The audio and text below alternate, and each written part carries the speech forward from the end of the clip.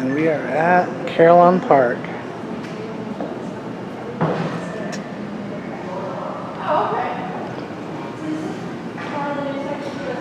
And you will see a lot of awesomeness like this here. I mean, look at that thing, right? Wait till you see the old ones.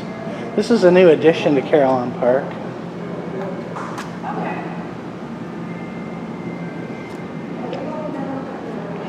And everybody knows I love bicycles. This was the 1 millionth Huffy. Oh my God. Or the 1 millionth, yeah. Huffy's 1 millionth bicycle. Would you just look at that thing?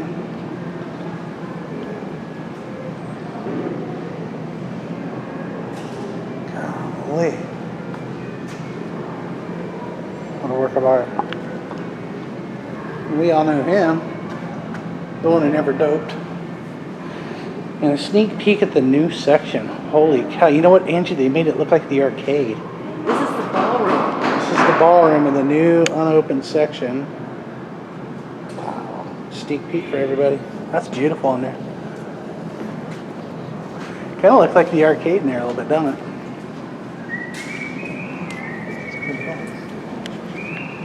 And this backside here. So Patterson's buggy.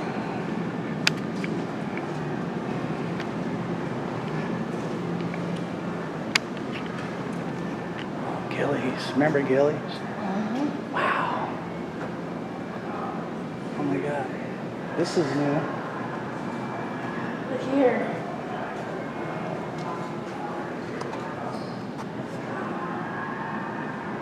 Yeah.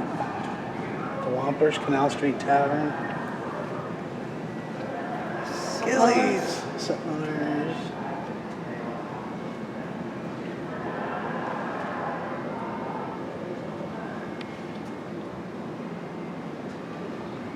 Blue Oyster Cult.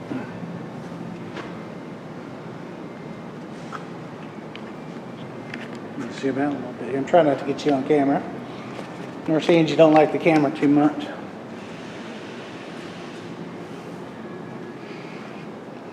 Oh, look at all these beer steins. A lot of glare in this camera, folks. I do apologize for that, but everything's real glossy and glass and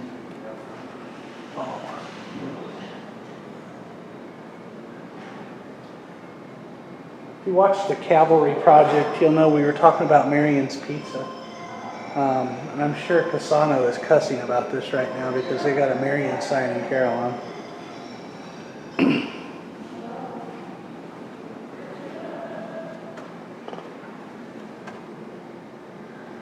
Here's famous people from Dayton. Yep, here's some of Dayton's most famous.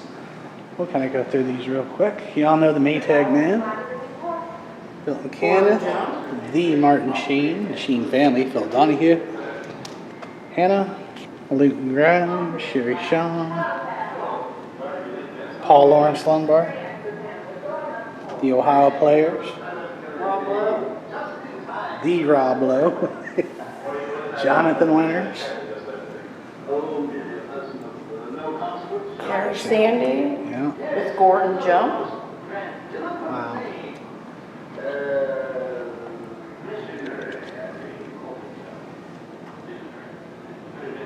John Legend, folks. You all know him, right? Oh. It's a special place in my heart right there with her. Hell of a woman right there. That woman got me through a really bad childhood. Bart Simpson. Oh man, look at her face, right? She's like the epitome of Bart.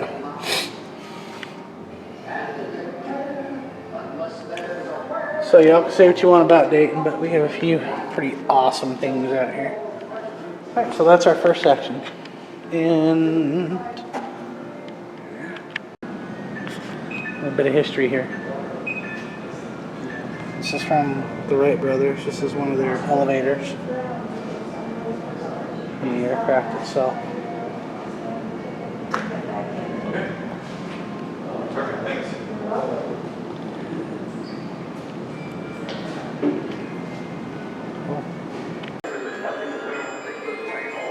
Now I'm going to show you something pretty amazing.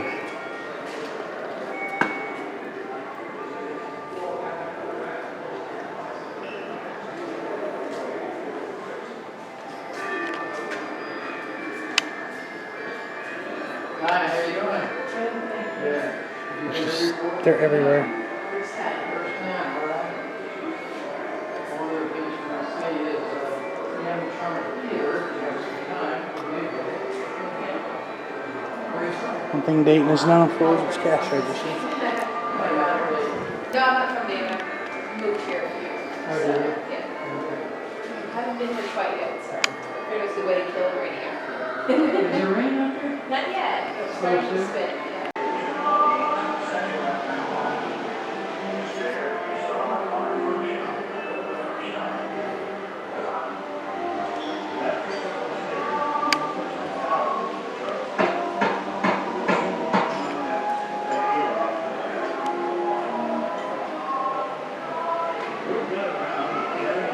So now Cadillac was big. GM was big in the Ohio region. So as many know, GM was a very big part of the Dayton area. And we had a major plant here in Dayton. And this is the Denali from the Marine Assembly Plant right down the road.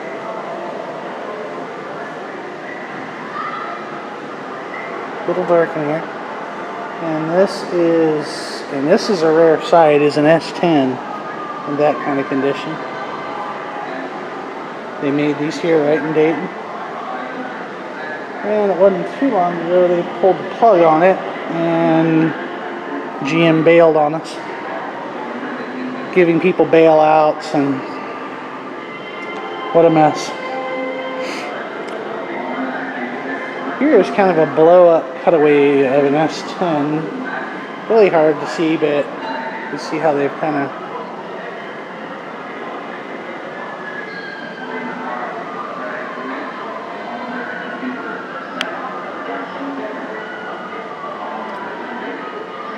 boy, there was a lot of those on the road, that's for sure.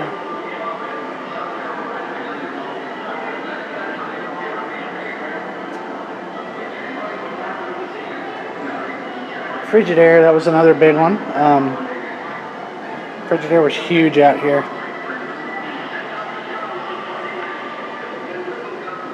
Again, you know, Dayton definitely had its claim to fame in manufacturing. I mean, look at this.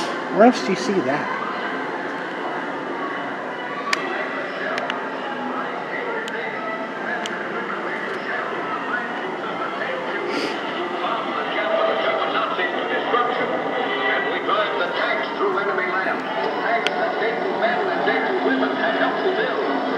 M130 caliber carbine.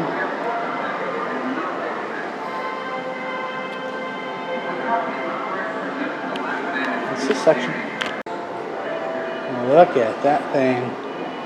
The Liberty Engine, Dayton Wright Airplane Company. That thing is massive.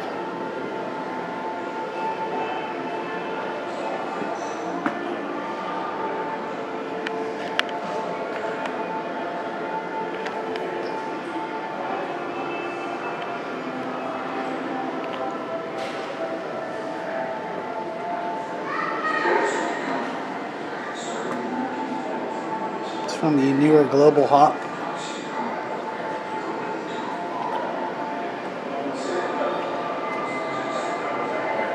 Some that's born right here in Ohio. Right here in Dayton, that is.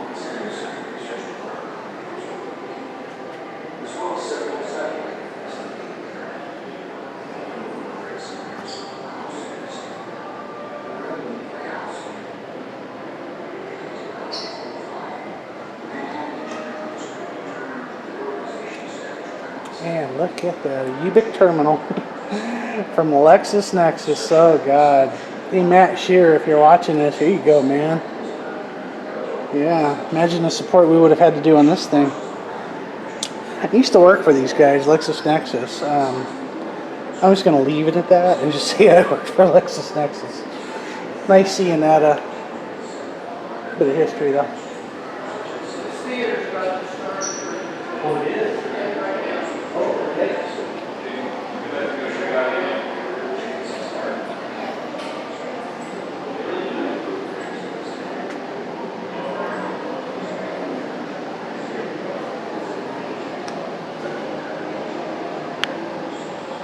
Wow. How about the bikes up here? Yeah, I was looking at them. It's really hard with the lighting in here. It's just impossible. It's almost like the lighting is on purpose, you know? Yeah, I apologize for the lighting, guys. It's really hard. Might be made of a special nickel alloy to handle hot nitric acid in a plant making plastic.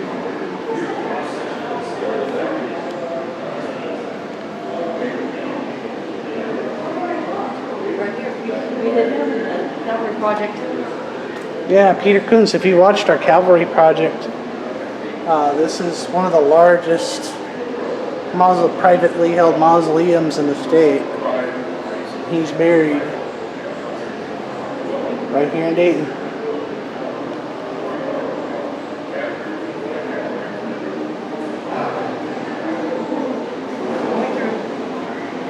Yeah.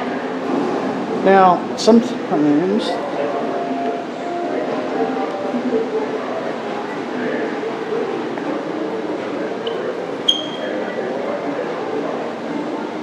this,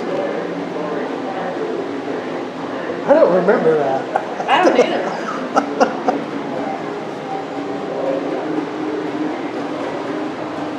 Fascinating. All these pull tabs. Yep, get in there.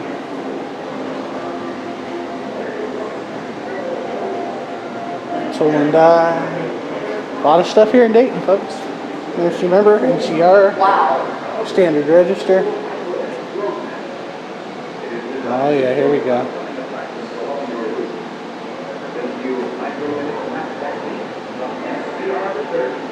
Maybe apply to much greater enjoyment of your surroundings during travel. This young lady on the beach is wearing sunglasses which can automatically adjust depth of Focus. color according to the brightness of the sunlight. The electronic architecture of these glasses was designed by NCR scientists to perform this function. No particular Lighting in here is terrible. So I apologize for the video.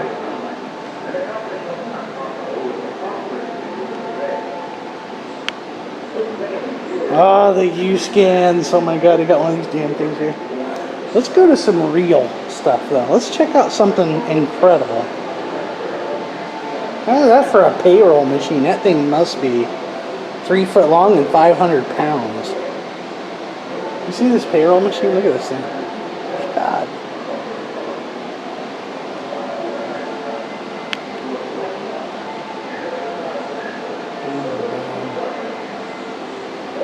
Oh, 1916.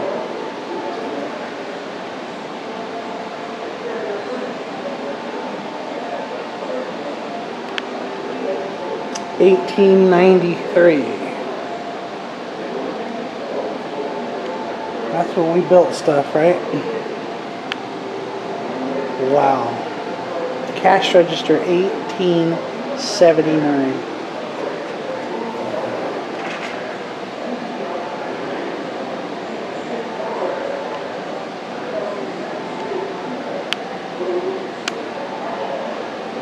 This was all NCR.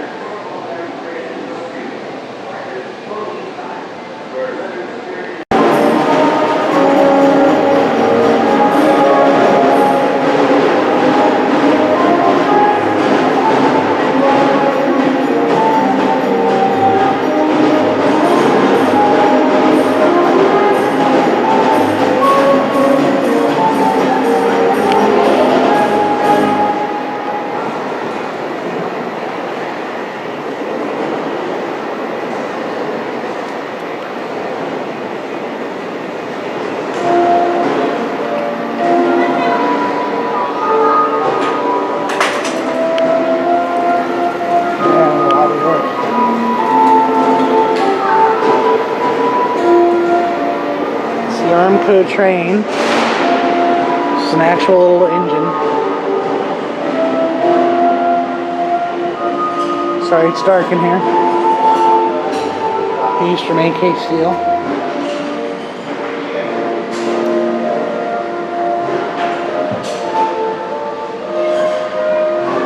On to the next one. Hey, we didn't tape it before because there was kids on it, but here's the carousel.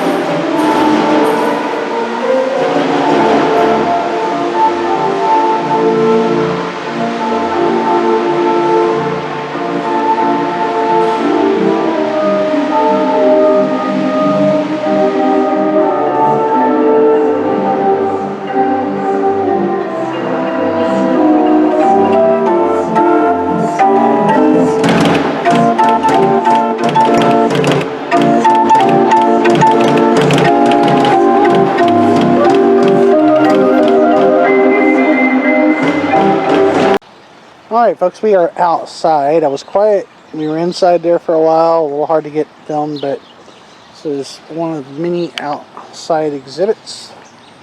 Locust Grove School number 12. This is a very old school. Alright, that one was a little awkward. I don't like filming people, so I did not film that last one. This is Newcombs Tavern. He was a millwright, and this puppy is famous. You could stay here for 65 cents a night. Back in the day, it was like a hostel. And this has some history to it. If these walls could talk, man. A lot of Dayton history here.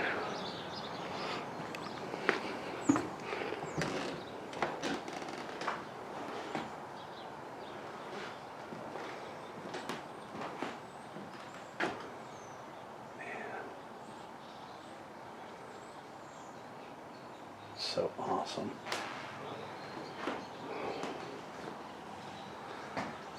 Wish the upstairs was open.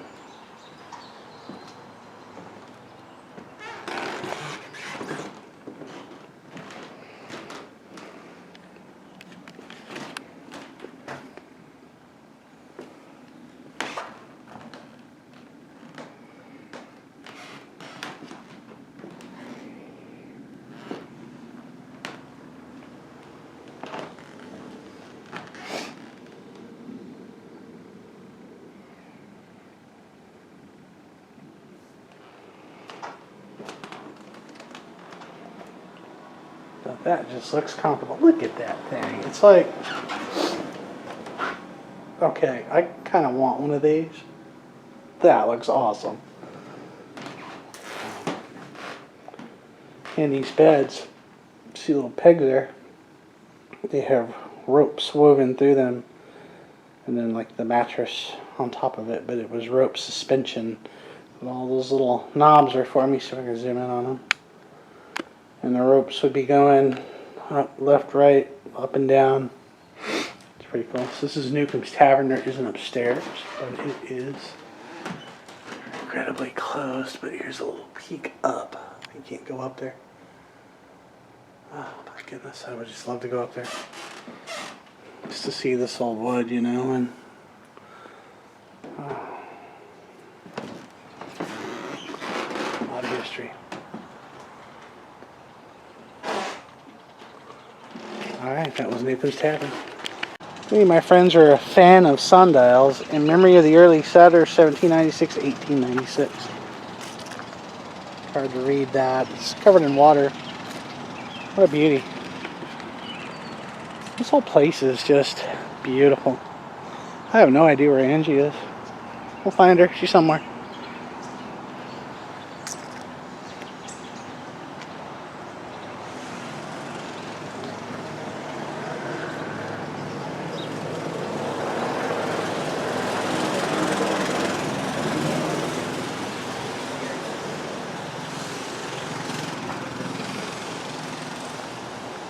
Find her.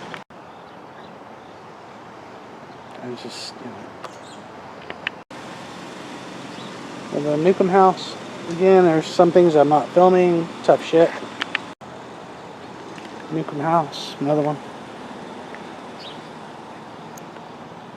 Kind of a Greek revival.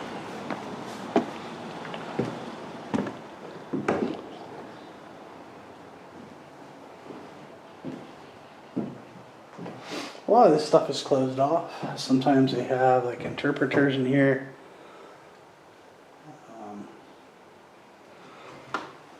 But yeah, nice little place, huh? So, a long time ago, when the NCR sugar camp was mainly intact, I used to patrol their buildings. That's one of them, and they moved the thing over here. So let's take a look inside of it. It's one of the sugar camp buildings from NCR. And of course, I can get in it a little bit. Yeah, I remember these quite well. Wow. Yeah, this is exactly how I remember it.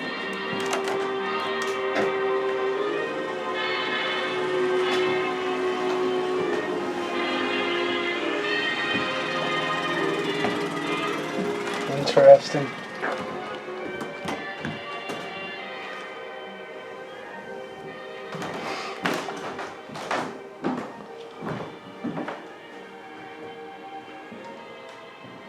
And I remember when I patrolled these, they were, you know, NCR was, they had kind of neglected these, and they had so much history behind them. It's just nice to see one of them preserved. Oh, if these walls could talk. Oh my god, debauchery that probably happened in here. Look at her. She knows. On to the next one. Corliss engine building. These are steam powered engines. Let's see if we can get in here. Look at these monsters. Golly.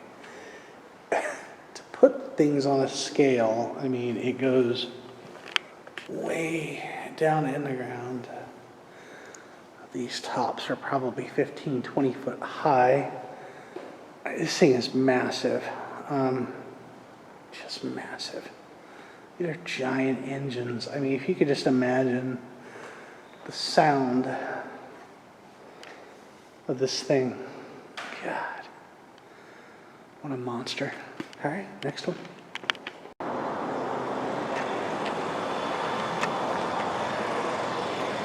Oh, old gas station.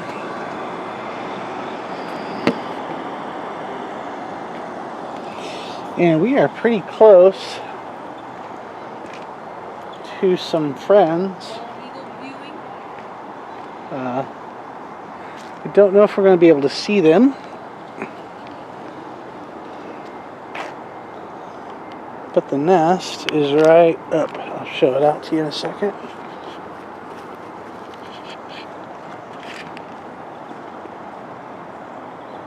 See this tree right here? That's it. Straight up. Oh, I see the nest.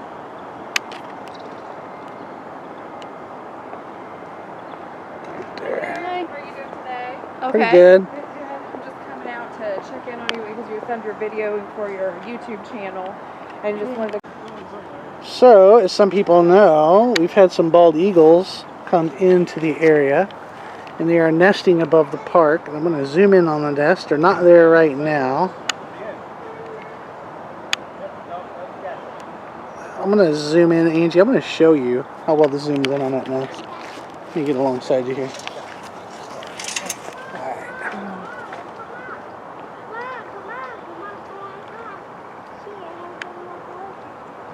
Wow. Yeah. So, folks, what I'm doing is I'm zooming way in on that nest. That nest is so far out. But if the eagles were home, they might be peeking back at us, but not today. They're not there. So hopefully they come back. And this is for scale of reference how far that is. That right hall right there is probably 150 feet away. And that bad boy is in a sycamore probably 75 feet up on the side of that hill in elevation. The male's over here? Way far away. We were just Yes. Right Yeah. above the building.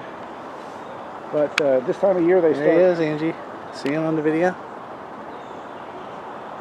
Yeah, thank you for pointing him out. Yeah, Yeah, I just don't have the zoom on this little thing, but there he is. Awesome. yeah, he's there.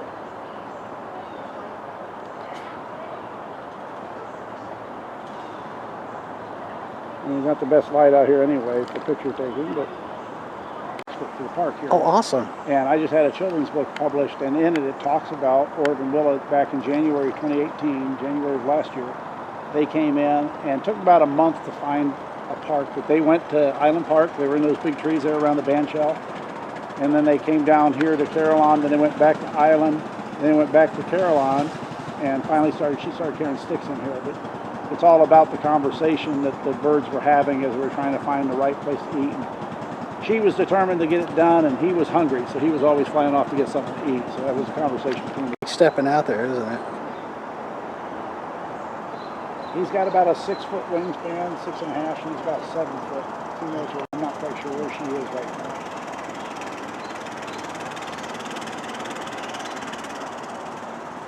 Now, are you a volunteer here? I am. I do. I volunteer here.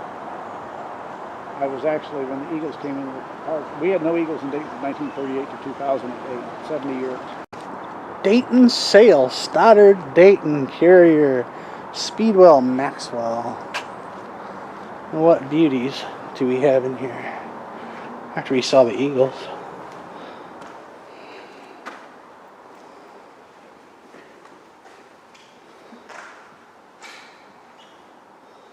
Would you like to drive that off the car lot? There you go, Angie. That's Stoddard right there. The smell in here is like an actual garage of a dealership. I want that thing. Can I have the green thing? I want the green thing. No. I need that in my life. Actually, this dude right here is a little miniature deuce coupe. These are incredible.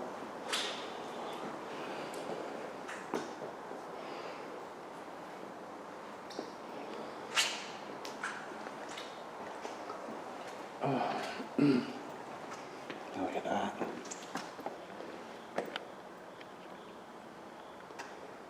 It's an old Heidelberg truck they used to deliver the beer on. Look at that.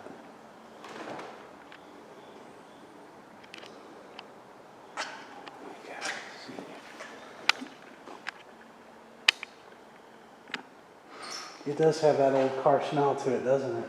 Yes, it does. That's what's so unique about this display is it's just got that smell to it.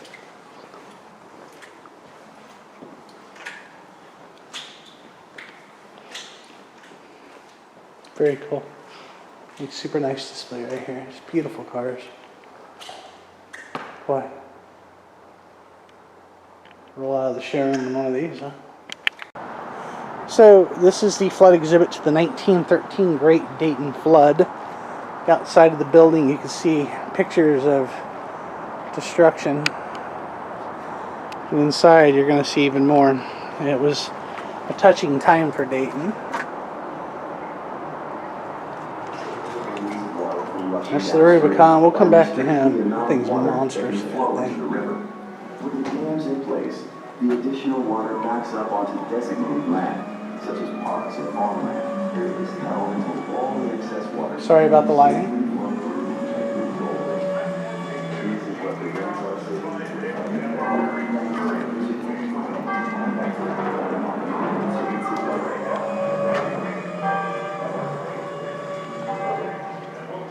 We're talking about the floodwaters and okay, so I think we're west looking east in this big picture on the wall, and that's downtown Dayton. That's the Great Miami River, and the Great Miami River would have usually been about that thick going through there, but look at it.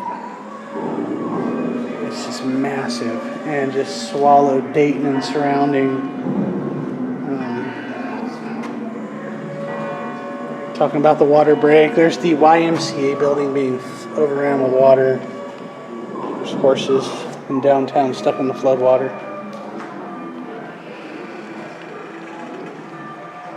I don't think the person wearing it survived. So, yeah, there's where downtown would be. You can see where the floodwaters, how much it got over its banks. It was just, oh, it's just massive.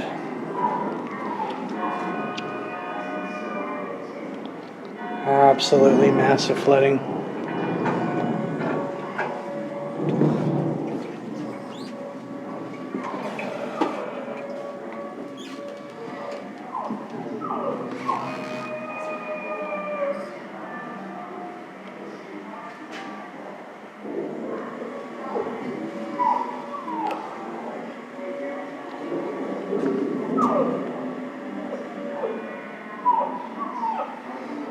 child was lost.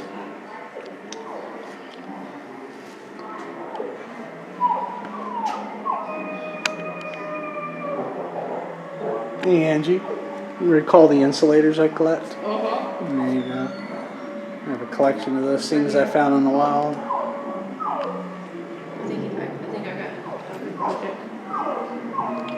And in the cavalry project, I do believe this gentleman was in there.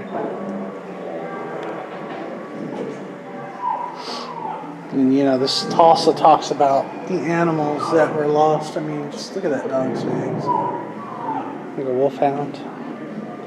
Cleaning up the mess. I think this may be some debris actually from it, but it gives you an idea of what it was like. There was just stuff everywhere.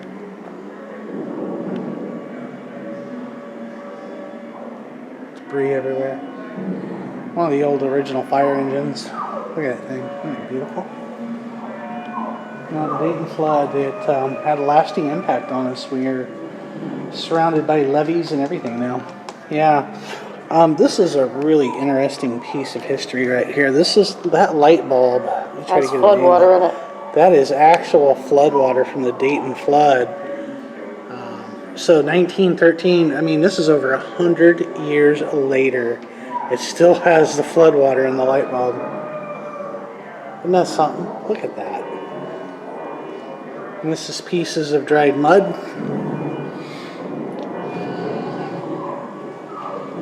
Just relics that were found from the flood.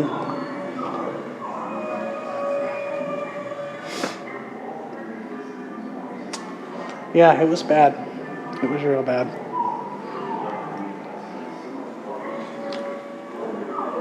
So this is one of my favorite things. This is the Rubicon.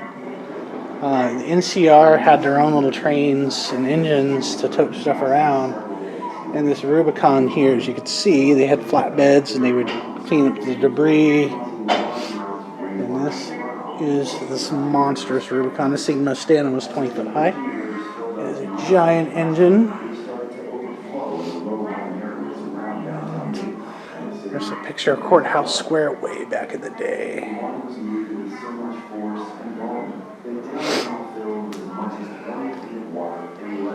We're gonna board the Rubicon. Well, we can't board it, but we can kind of peek inside of the Rubicon a little bit.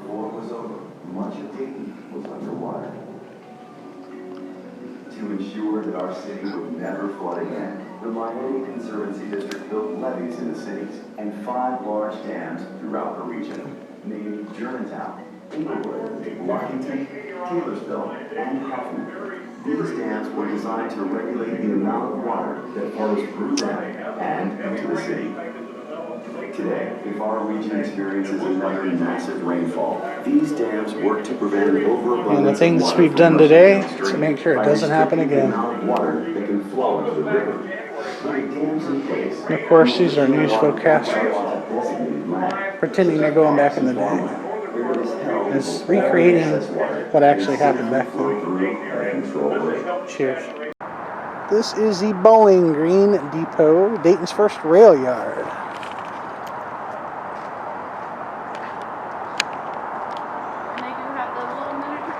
Yeah, and they do actually have this incredible little miniature train set up that still runs around the area, and yearly they give you rides on them.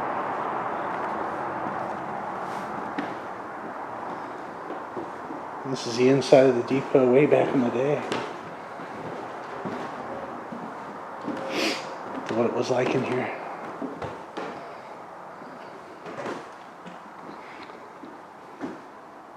Look at that railroad lantern. Oh my goodness, I would love to have one of those. No trespassing. Yeah, this is great stuff. Alright, and that's part of the depot. Old buck stove. How would you like to have that bad boy in your house? Isn't that a beauty? Why don't you just look at it?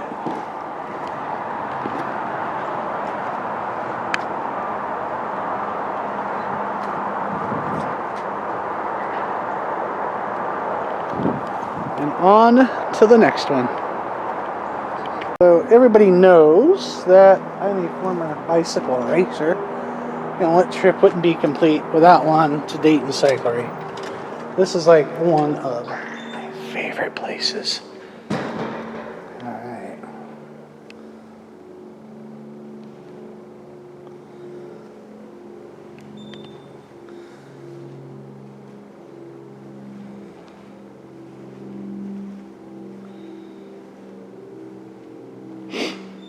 Oh man, it's beautiful. Look at that tent triple up there.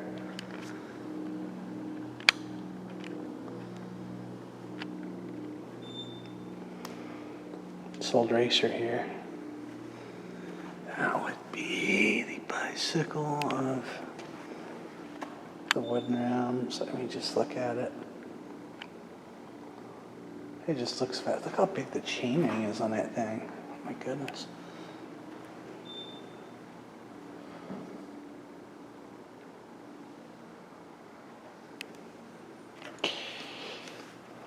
Daisy.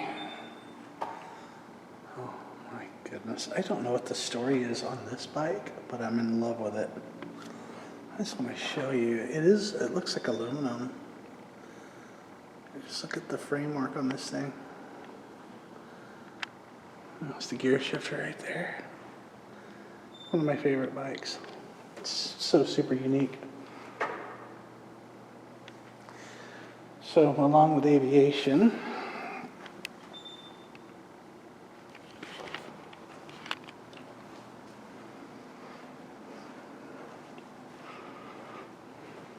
why have this to our claim to fame? Bicycles. See the Dayton and the chainring there? I know a bunch of collectors that would love to have that. I'd love to have that bike. I think it's gorgeous. Signet, Dayton LaFrance, the twin cushion bikes. Gosh. Yeah, you know, I've had some older bikes, but nothing like these. Although I think my old Gary Fisher definitely has a place here, even though it's not Dayton. But again, Huffy is a Dayton company, so a lot of my friends that are old school racers will know that bike.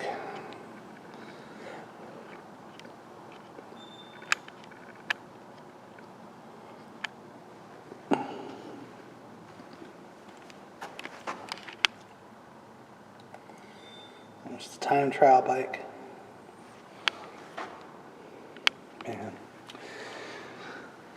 So that would be this section. Again, I always come through here. I've been through it a million times. It never gets old. Cheers. So we have a group coming. We are in the transportation building. And we are going to walk through some of these beautiful cars.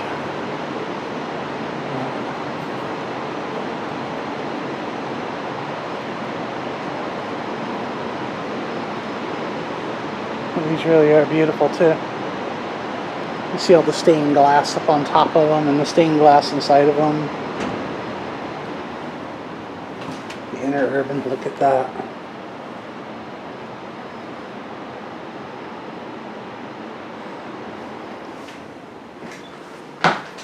I mean, stained glass, little compartments.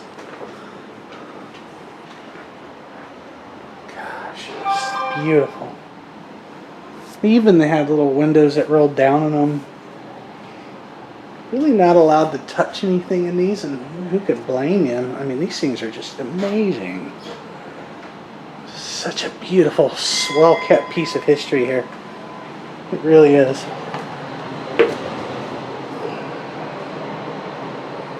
I'm just going to walk back through it because it's just so astonishing. Look at the woodwork in this thing.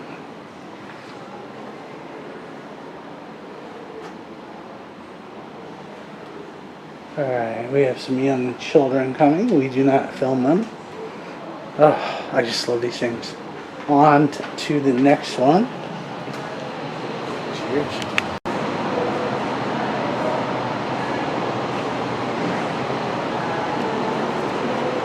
Yeah, so B&O Railroad Line. Some of the old coaches.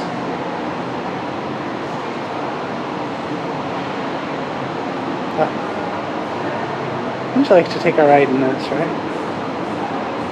Just look at it, right? Beautiful.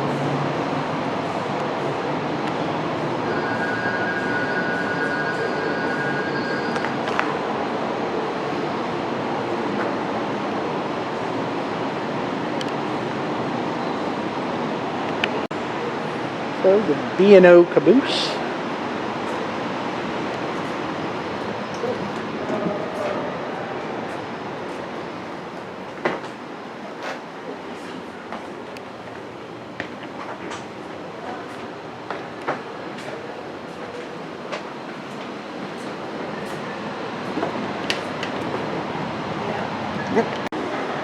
This is another of the rail cars. This one is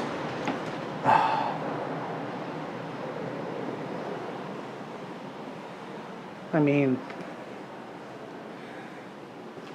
I don't know, like the Titanic of rail cars. The fur coat. Oh, this is just luxurious.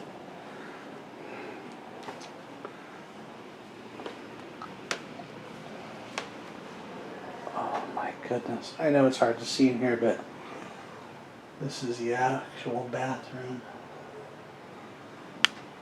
of one of these.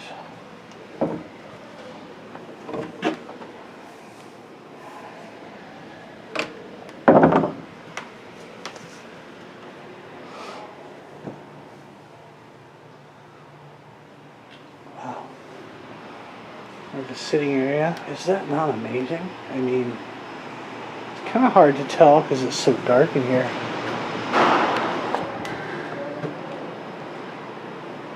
But it's almost like a mahogany. I believe this is mahogany wood all the way through it.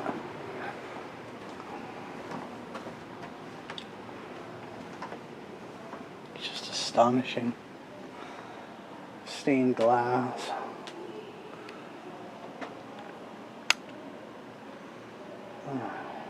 That's traveling in style right there, is it not?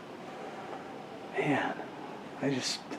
You think about the way we travel nowadays, and you know, we did it right back then, right? You look at the airplanes too of the old times. The old airplanes were kind of similar to this too. They weren't very different.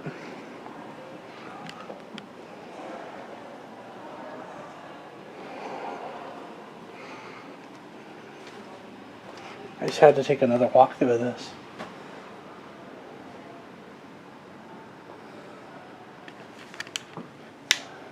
Yeah, and I can't see because I'm reaching in. I can't cross the barriers here.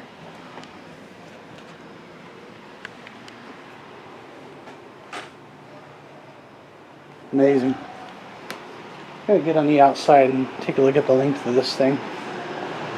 It's quite large.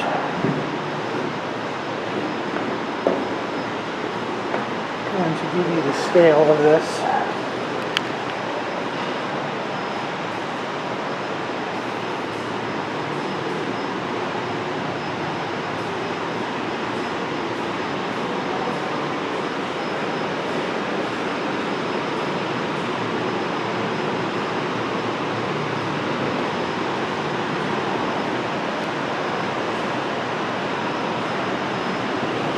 beautiful. Alright, so more of a more modern representation. This is more of a slightly newer of what we have today. This used to be open. It looks like they're redoing the exhibits. So this was one of Dayton's trolley buses. Those familiar with it know that a lot of these buses ran on electric power. There's two arms that go up and down and would attach to a series of cables strung all over Dayton, which was okay, I guess, but they worked. That's what they are. So the caboose. Look at this thing. This is a real deal here.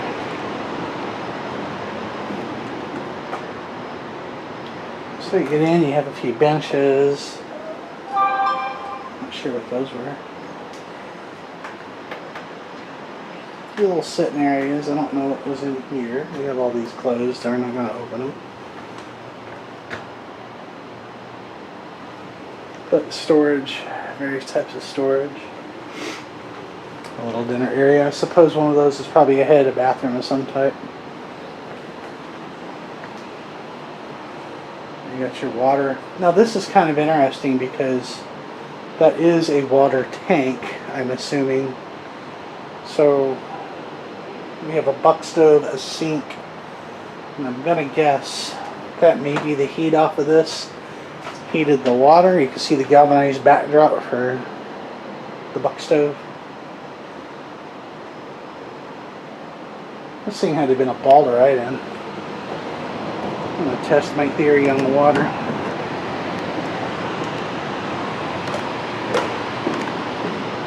I'm not really sure, but there she is. Beautiful. Alright, so a lot of people in Dayton remember that, the old clock tower. Well, they took it down for years. It used to be a mainstay above Dayton. They took it down, and it just kind of sat, and then they brought it to the park, and it just kind of sat, and it's actually quite massive. You could actually see people up there. We're going to walk up this. It is, let's see, 1, 2, you count my steps here. 1, 2, 3, 4, 5, 6, 7, 8, 9, 10, 11, 12, 13, 14, 15, 16, 17, 18. 18 flights of stairs. Let's see. 3, 6, 12, 20.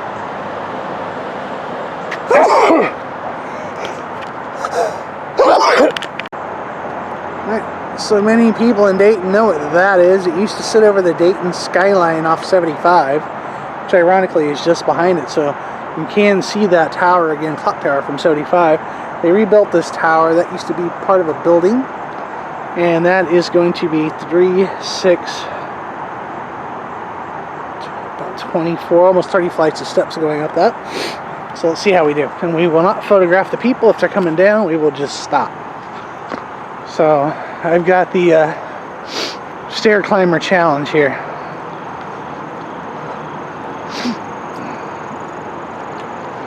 I don't think Angie thinks I can do it. What do you think? I think it's cake.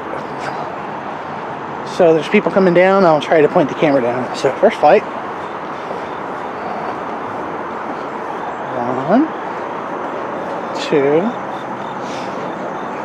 3, 4, 5, 6,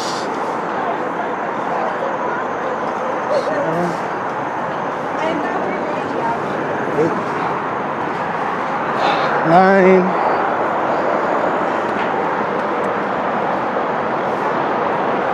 10, 11, 12, 13, 14, starting to burn.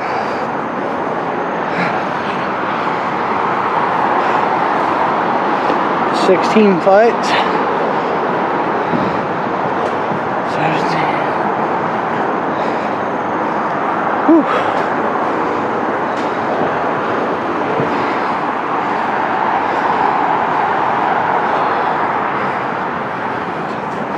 Ta-da! Wow.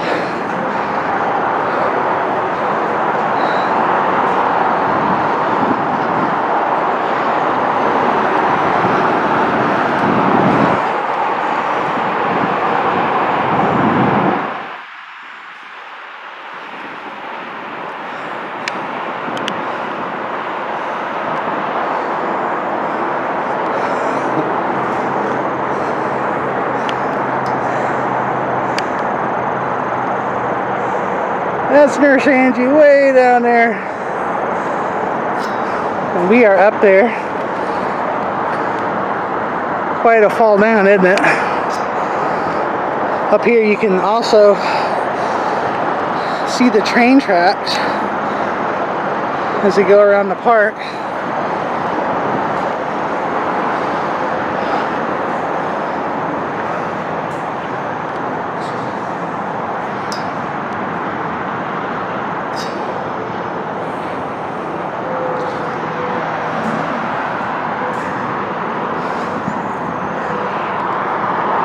pretty impressive, isn't it?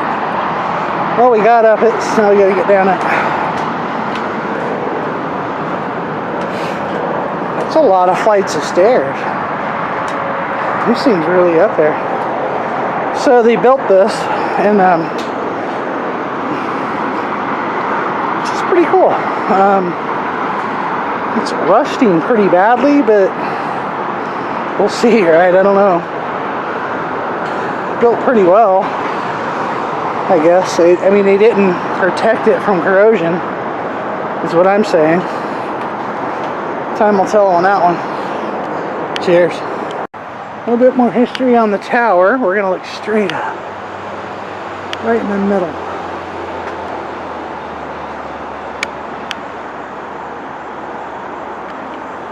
And here it was, way back in the day, in 1910.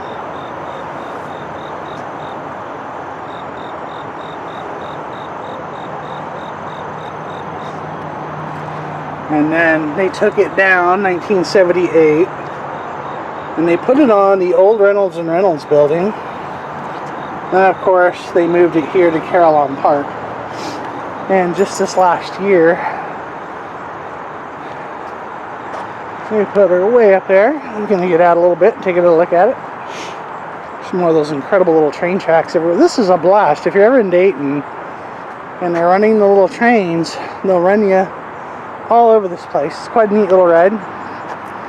And neat little experience. A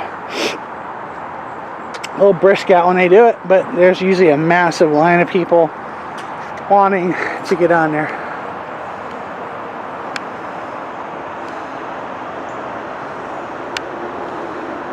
A lot of history. Cheers. This is actually a bridge. They actually moved a bridge here. Gives you a neat little vantage point. And they're doing some serious work over here, but there's an old canal display over there. And you can see that building there. It used to be one of the superintendent's buildings. They're going to be moving it onto that to overlook the old canal operations. We'll get as close as we can. They have most of it roped off.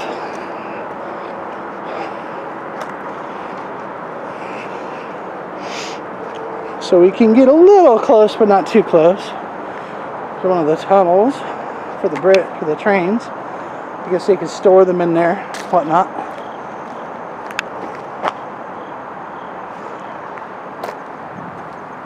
And here's one of the old canals and lock systems. Canal boats would come up through here and they could raise and lower the water as they needed to.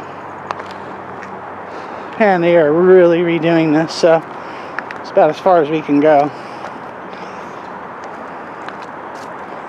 There's so much history here. Of course, this was not original to this area. This was rebuilt.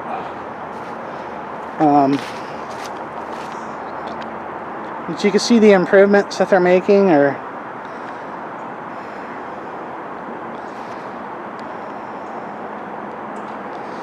so yeah, I guess they're gonna raise that. It's the shape of that and probably place it on there. So yeah, back in the day, the canal boats would, and this area was just covered in canals. Very, very important part of early infrastructure. And definitely a fascinating glimpse into our past here. I like what they're doing up here. It used to be just straight walls. There was nothing, these barricades or that boardwalk. Very interesting. One of Ohio covered bridges. We're not going to go up the hill there.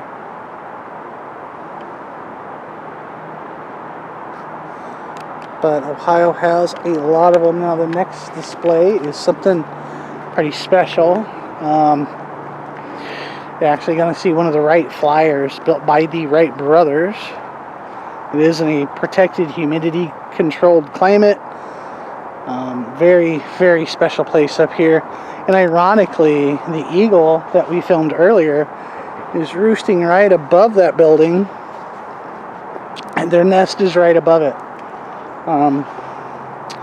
I always thought that was pretty awesome. The eagle's right above it, so stay tuned.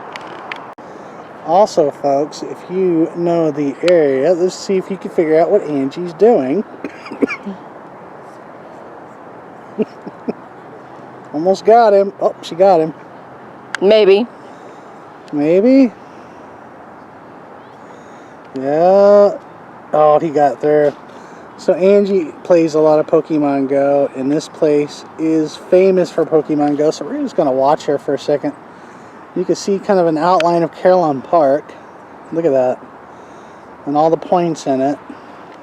And they're also in Calvary And they're Cemetery. in Calvary Cemetery, which borders this property. Alright. Alright, off we go. Alright, folks, this is one of the highlights of the trip here.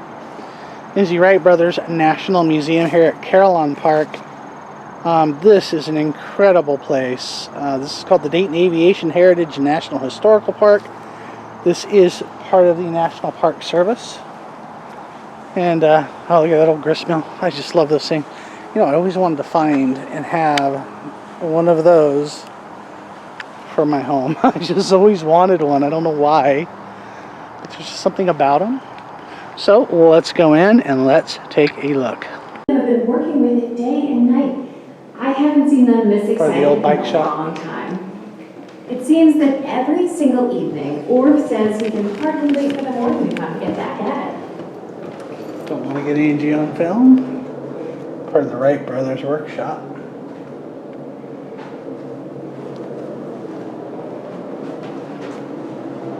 Van Cleve bicycle from 1901. Look at the grips on it. Oh my goodness, I just love it. How are you? Good. Have you all been here before? Yes. You say yes? Yeah. Okay, good.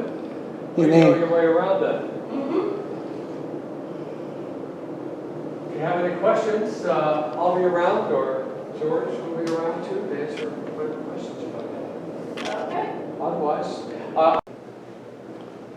This is another of the workshops. You can see like rudders and things they were working on here.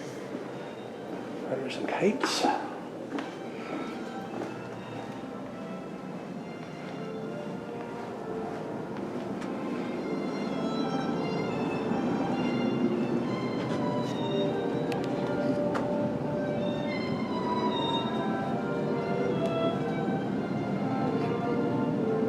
Kind of dark in here, so I do apologize.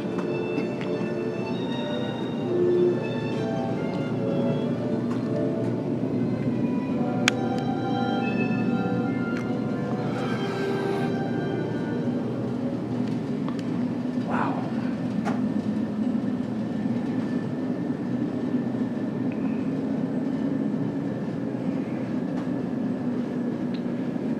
This is the right flyer. Yep. Alright folks, you're about to see something pretty amazing here. If you ever wanted to know a little bit about your history of flight, this is the Wright Hall. This is the 1905 Wright Flyer 3, the world's first practical airplane. This is just amazing to look at. Look at that. And they keep it in a light controlled and climate controlled environment because this thing is so incredibly historical. There's a monument to Wilbur Wright.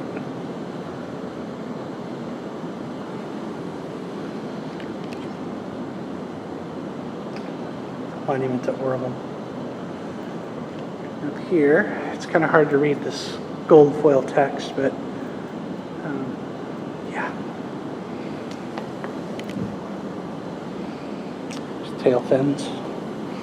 You can see where Orville or Wilbur would have been laying on this thing when they flew it. You see the props.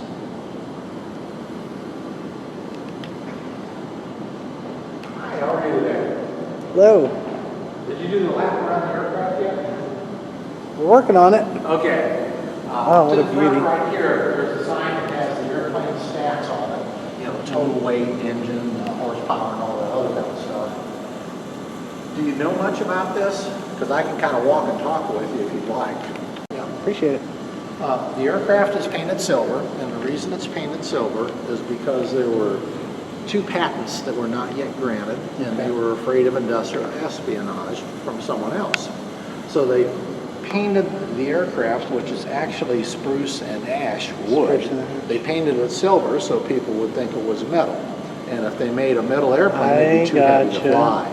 Because, yeah, I can look at the framework by the, well, that would be the front, not the tail, but yeah, it looks like metal from here, so it was actually made of wood. I see. To the average person, you would think that would be metal, and rightly so. And the same way with the props. The props were not metal, the props were wood. There wasn't a book that said, this is how you make an aircraft propeller, so they had to mathematically figure it out themselves. And they used the hand tools that were in the exhibit building immediately before this to make the propeller. And actually, the inside curvature, the outside curvature, the length, the width, and everything was all done by hand and hand tools, and it worked right the first time. They were mathematical geniuses. They didn't really have formal training as engineers. Right. So this whole craft, including the pilot and the engine, weighs a little bit more than 700 pounds. It looks like it'd be so much heavier, but I know spruce was really common back then. I know I saw the spruce goose back home in California. And when you see that thing, I don't know if you ever got to see that, but that plane is astonishing. It's astonishing. It's huge. It's massive, and you wouldn't, when you walk into it, you wouldn't think it was wood, but yeah, it's astonishing. And same deal here, but for the industrial espionage reasons. Yeah, that's interesting. If you look at the pilot's hands, are you familiar with the controls? Vaguely. Rudder and aileron or flaps or...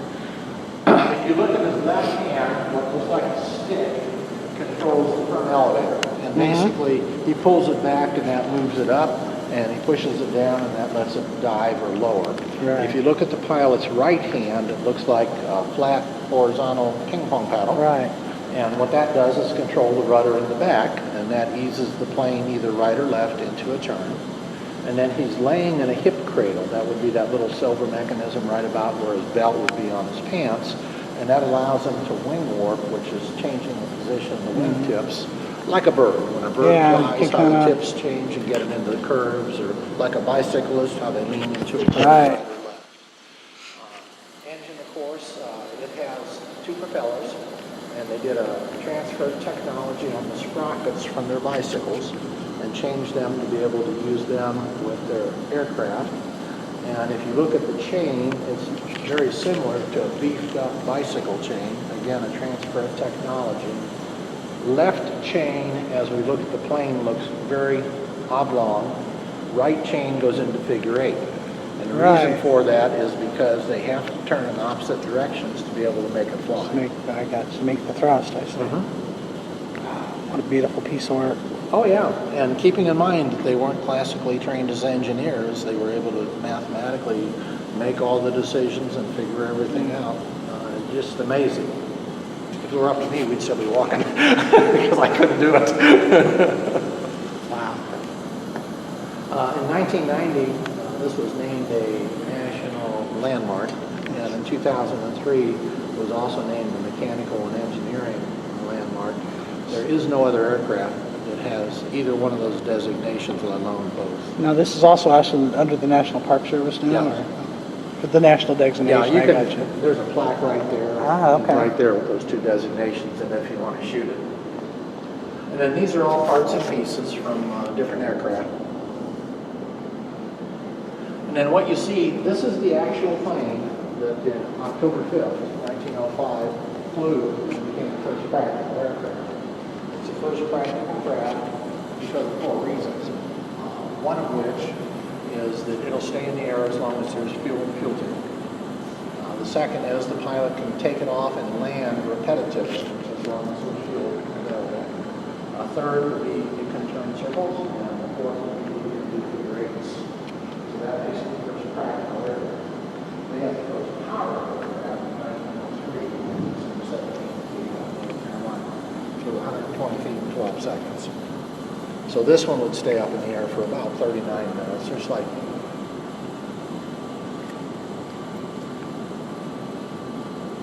It's beautiful. When I first came to Dayton, I got to visit Woodland for the cemetery. And Oh, it did you? was Okay. Astonishing. It was just Well, their powerful. family Powerful. gravesite is out there, and if you walked into our first room of this exhibit, you saw a little plaque on the wall about how the Wright brothers were actually printers first, Yeah. and then they became bicyclists, and then they stepped into aviation.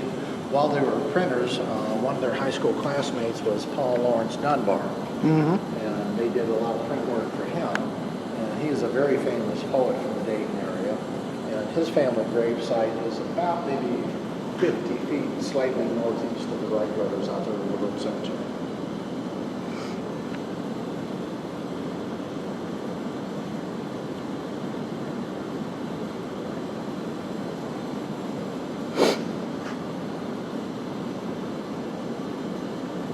So this was the third, or the first and the second, whatever became of them. Well, it's the flyer. They were, as they developed each plane and added improvements to it, they would change the designation. And this was the 1905 flyer, Okay. as opposed to the 1903. So this is the first practical aircraft, whereas the 1903 was the first powered aircraft. I see. Okay. And then when they changed this designation, you move into 1906, and you get involved with change in specification because they started marketing the airplane. Tried first to the United States military, they just weren't interested, which caused them to go overseas to France and Germany, who were very much interested. Yeah. And they started selling aircraft there. When they came back, they had to develop a military specification, and that actually led to the first wheeled aircraft, because as you can see, this has a cradle. Yeah. And so the 1906 flyer started getting the specification of wheels, and then two people seated upright, basically kind of in a chair mechanism, should be able to go 40 miles per hour for at least 40 miles. It's amazing. So that was their military spec. And the building's all climate control, UV control. Oh, yeah. And it's good forever down Yeah. here. It's amazing. Well, it's 85% original, only because of repairs that have had to be made Yeah. due to product degradation. The material on the wings, the elevators, the rudder, and everything was actually bought at the old Reich's down there at 2nd and Main in Dayton, Yeah. the Reich Kumler Company. I'll be darned. And it was a cotton muslin type of material. As you came up the hallway, part of our exhibit shows close to 20 different buildings and manufacturing companies in Dayton, Ohio that did something so the airplane could fly. Like Reich's had the fabric, they bought their lumber at Redwood Lumber. You know, their tools came from different places, their castings came from different places. So, all, you know, very, very much local manufacturing. Oh, it's been great, really. Thank you. Fantastic. You're quite welcome. Very, very As soon as much. you finish, I'm going to walk in front of you.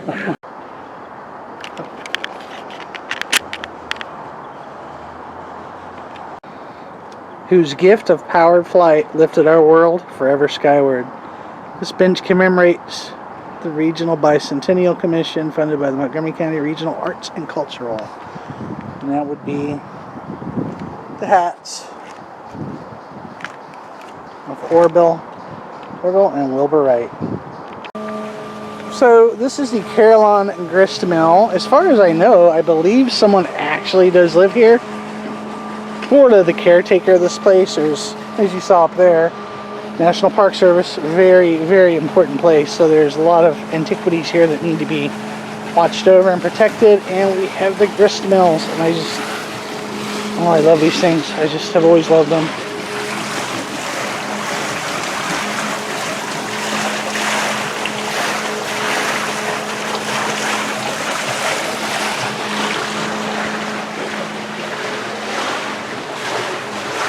You can pause that. It tells you a little bit about grist mills.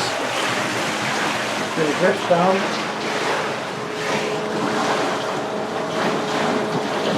And of course it would be doing its job there, is what they do.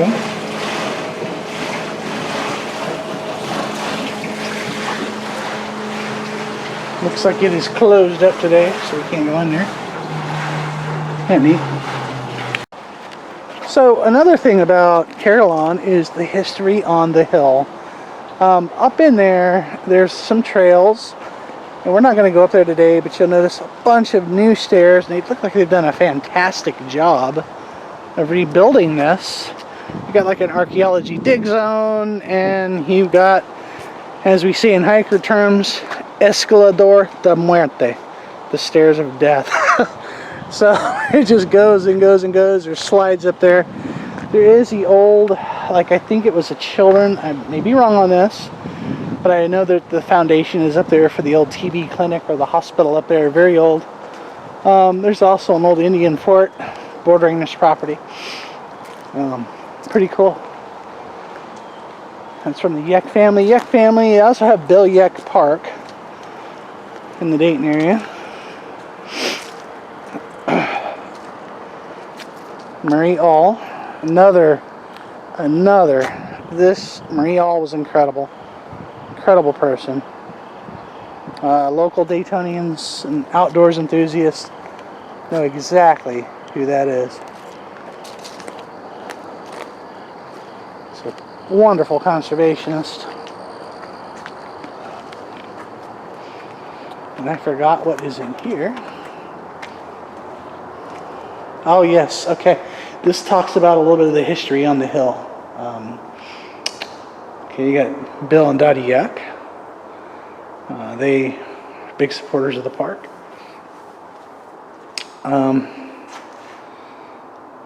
here now.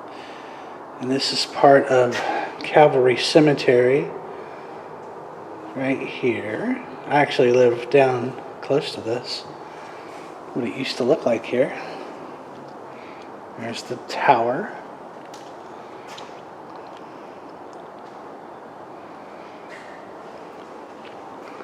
We'll get a little bit about the history on the hill. There's Colonel Edward Deeds.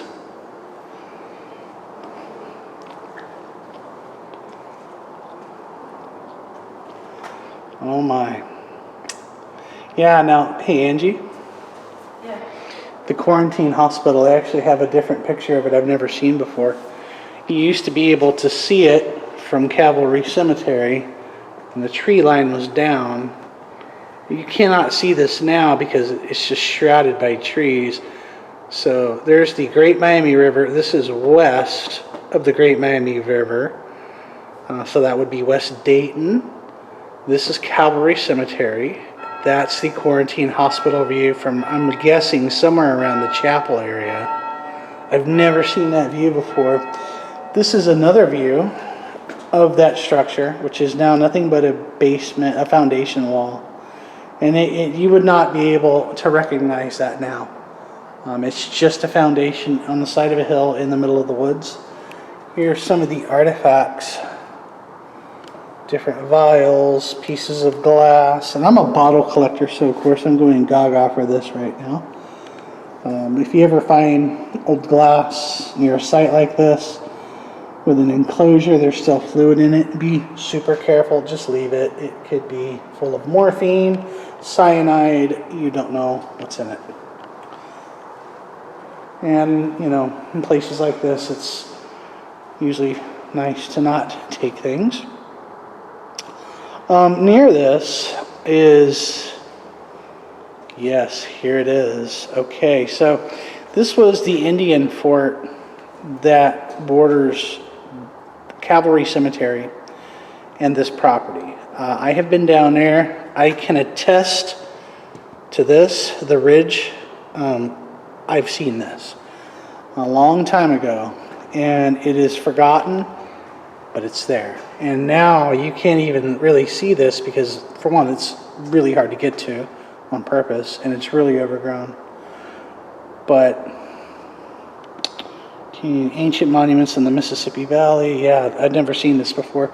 So I'm excited that they are kind of showing it off and that they have basically kind of protected it. This talks about the moraine that we're in. Here's a great view. Looking north, Angie, on the Miami River from the top of the hill. Wow, look at that. There's a view. Our aquifer system. Look at that. So that would have been Stewart Street, right, Angie? Yep. That right there would be the Stewart Street Bridge. This would be west of the Great Miami. This would be east. That would be where the old NCR buildings used to be, or where Miami Valley Hospital roughly sits. You'll see the hill behind it. That would have been Woodland Cemetery, and that would have been downtown Dayton right there. Right here, sitting on a hill above the park that we're in right now, we're actually below where these people are standing, kind of down a huge hill. Wow, look at what a difference. What a different place it looked like back then. So, hope you guys enjoyed it. Cheers. So, here they're talking about Cavalry Cemetery. If you've been following the Cavalry project that we're doing, which is taking a while because it's a massive place, you would see the very chapel that we were talking about. And right about here would have been the Kuntz Mausoleum. Now, from this point, you're looking northward. What I want you to notice is right there, that old TB hospital is sitting right there. You can kind of see downtown behind it. You can see the Great Miami River right here. And we live within just a few minutes of walking distance of this. One of the streets near is called Chance Avenue, Chance Road. You can see where the canal used to be and that. Now this is a picture that mystifies me a bit, because if I'm correct, that this would be the woods where Cavalry Cemetery was, up on that hill that still exists. And this would be the road that I live off of, Cincinnati Pike, which I believe is now known as South Dixie, that I live off of. And I can't help but think I'm going to have to research this more. Yeah, I'm definitely going to have to look into this one more, Angie, because I can't help but think that that's maybe South Dixie. It makes sense because Carillon would have been right here and Cavalry would have been up in here, and those are the Cavalry woods back there. So just a little bit of me mumbling about how close we live to all this awesomeness. All right, cheers everybody.